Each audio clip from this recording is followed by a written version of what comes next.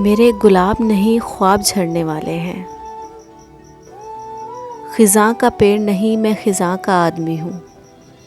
इधर उधर मेरे हालात ने किया है मुझे। मैं उस जगह पे नहीं हूँ जहाँ का आदमी हूँ। तेरी सदा पे तो सदियाँ भी लौट आती हैं। मुझे बुला, मैं कुछ ऐसा शिकस्ता पा भी नहीं। उस अतराफ से रस घुल रहा है कानों में, वो अतराफ जो उसने अभी किया भी नहीं। हम एक बारादरी की सीढ़ियों पर सो गए थे और एक दरिया हमारे ख्वाब से टकरा गया था। उलझ पड़ता था अक्सर बेसबब बेवक्त हमसे। नज़रअंदाज रहने से बदन सठिया गया था।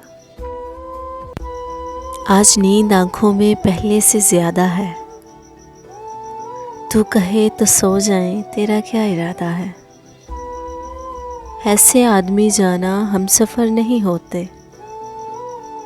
मैं भी पापयादा हूँ, तू भी पापयादा है।